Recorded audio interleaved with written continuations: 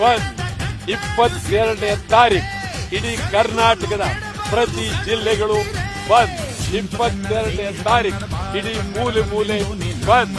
ಈ ಕನ್ನಡ ಮೇಲೆ ಒಂದು ದಿನ ಎಲ್ಲಕ್ಕೂ ತ್ಯಾಗ ಇರಬೇಕು. ಕನ್ನಡಕ್ಕಾಗಿ ಎಲ್ಲಕ್ಕೂ ತಯಾರಾಗಿರ್ಬೇಕು. ಕನ್ನಡಕ್ಕಾಗಿ ಜೀವ ಕೊಡಕ್ಕೆ ತಯಾರಾಗಿರ್ಬೇಕು.